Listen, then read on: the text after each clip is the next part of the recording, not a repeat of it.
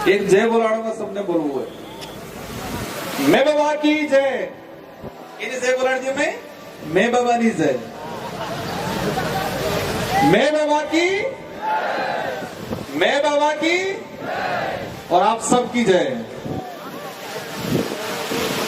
ये कुदरत आज हम जिस विचारधारा के आधार पे जिस पार्टी का गठन किया गया है, भारत आदिवासी पार्टी, और इस विचारधारा की जो मूल थीम है कि प्रकृति ने पूजवी, जल जंगल जमीन आसमान ने पूजवो, और में मैं बाबा ने की पूजा की थी और अरज की थी कि मैं बाबा गर्मी पड़ी रही है कई और आप नवो नवो आ मैदान काट जुए तो धूड़े थोड़ो टाड़ू कर दीवार से बे दाड़ा पहला असल पड़ गया पूरा टाड़ू थी और हमें हाजा था नामजा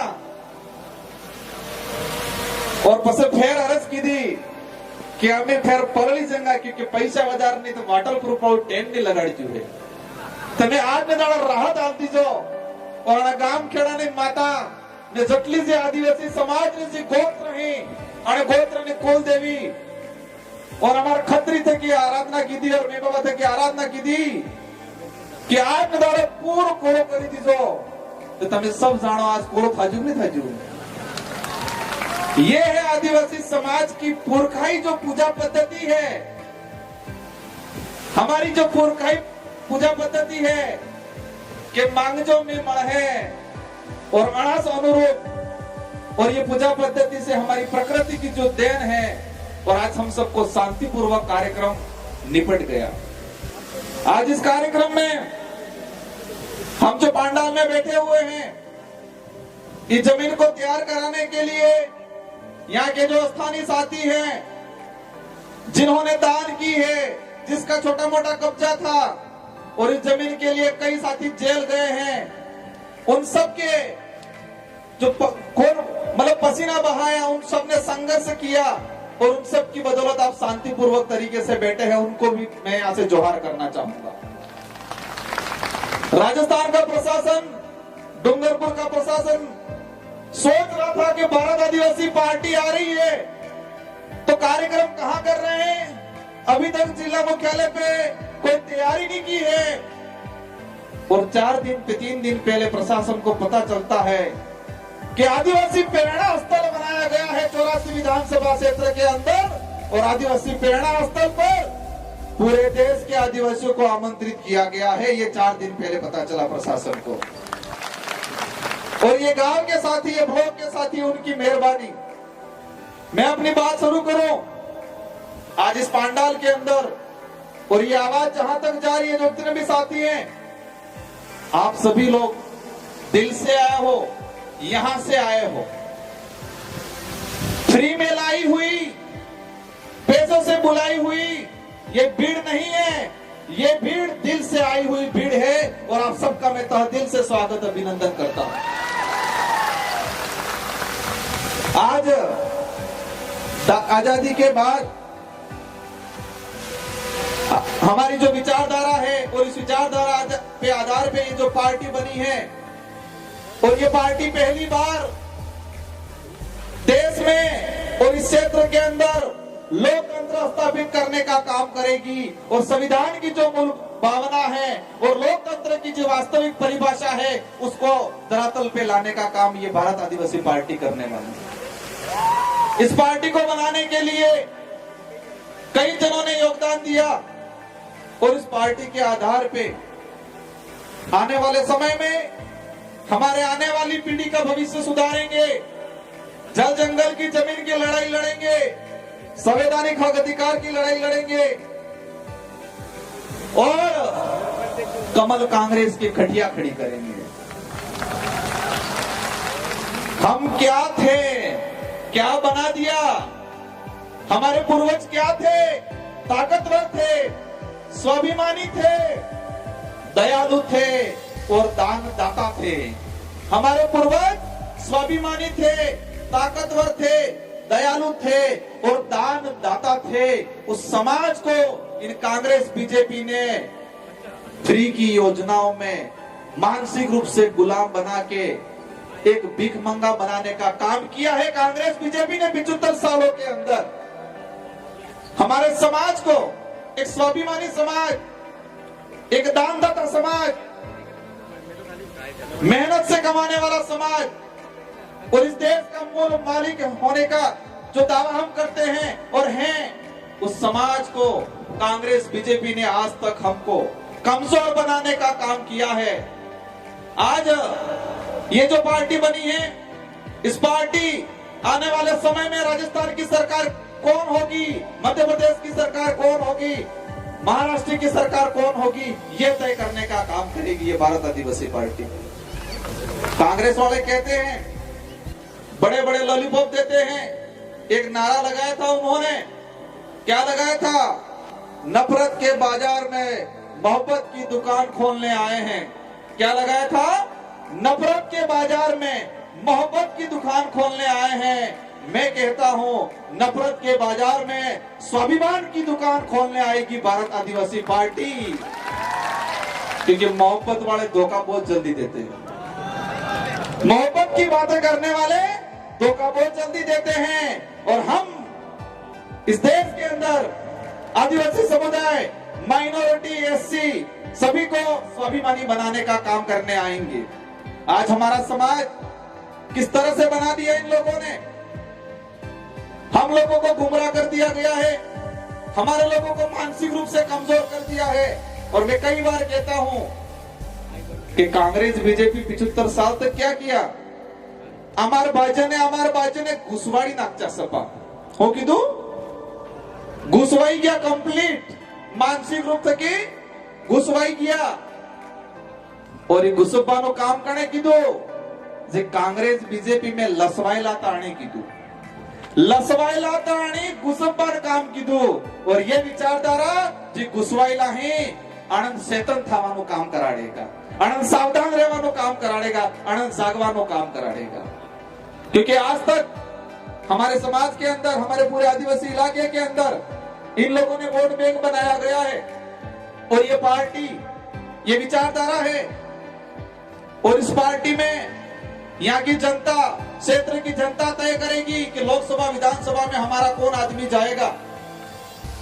शेड्यूल एरिया के जो प्रावधान है, जो टीएससी, हमारे लोगों को झूठी झूठी बातें पकड़ाई गई, लेकिन शेड्यूल एरिया के प्रावधान नहीं बताए, टीएससी नहीं बताई कि टीएससी में क्या है, क्या अधिकार है।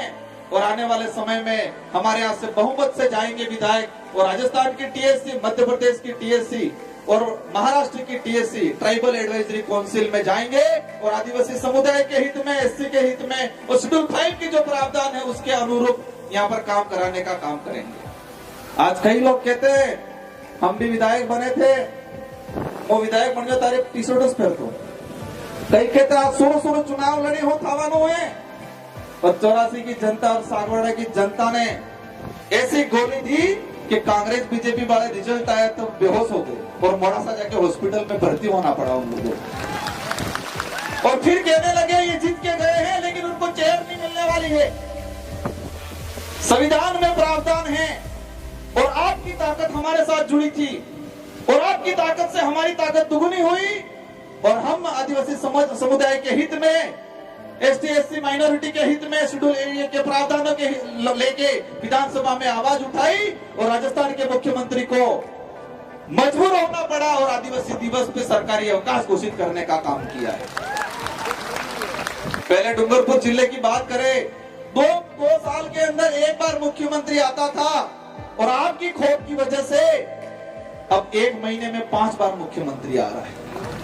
यह आपकी एकता है, आपकी ताकत है, आपका खौफ ऐसा है कि देश का मुखिया जो बन के बैठे हुए हैं, जो देश को बर्बाद कर रहे हैं, मोदी जी भी आ गए, अमित शाह भी आ गए, राहुल गांधी भी आ गए। क्या ये खौफ बरकरार रखना है कि नहीं रखना है? ये खौफ बरकरार रखना है, कहना है उनको कि सब आ जाओ, तो भी इस क्षेत्र की जनता बहकाम में आपके फ्री की योजनाओं में आने वाली नहीं है।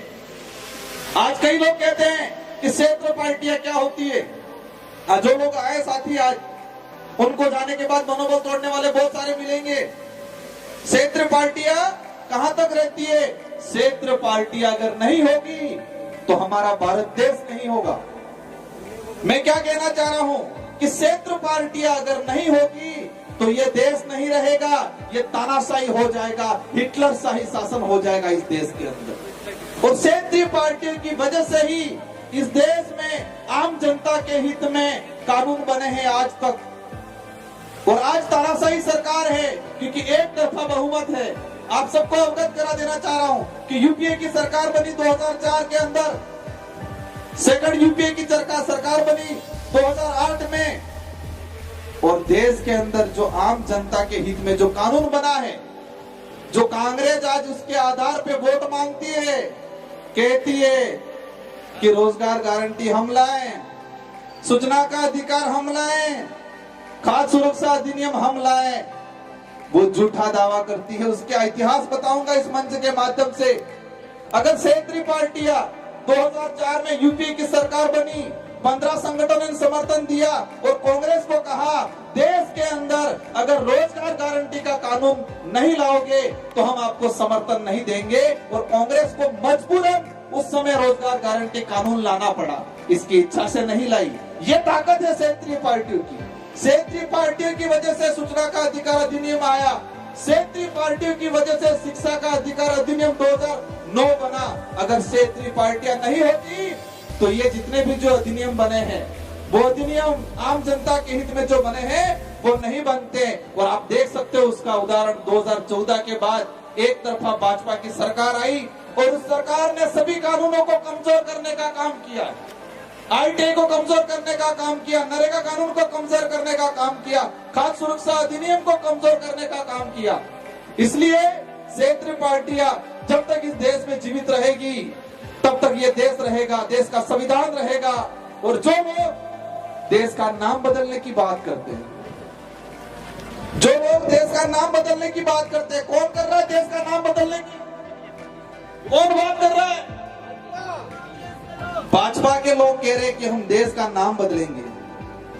उनको 2023-24 में एहसास कराना है कि जो देश का नाम बदलने की बात करते हैं, जो संविधान बदलने की बात करते हैं, जो आरक्षण खत्म करने की बात करते हैं, उन लोगों को वापस गुजरात भेज देना है।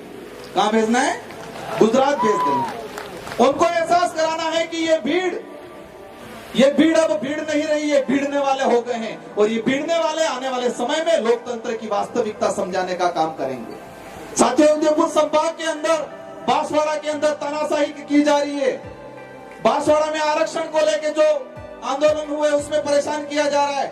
बांसवाड़ा में एट्रोसिटी एक्ट को लेकर हमारे भाई थाने में गए, 200 लोगों पे मुकदमा किया गया है। उन बांसवाड़ा के मंत्रियों को भी एहसास कराना है कि ये राजतंत्र नहीं, ये लोकतंत्र है, और लोकतंत्र की परिभाषा 2023 में हम आपको दिखाएंगे। साथियों, हम लोग उन लोगों को भी आह्वान करना चाह रहे हैं कि हमें शांतिपूर्वक तरीके से, हमें किसी प्रकार का बेवजह उग्र आंदोलन नहीं करना है, क्योंकि काकरी डुंगरी में हम शांतिपूर्वक तरीके से हमारे साथी आंदोलन कर रहे थे। कमर कांग्रेस के लोगों ने मिलके हमारे लोगों को फंसाया गया, वहां पर जाके जबरदस्ती धांधली करवाई।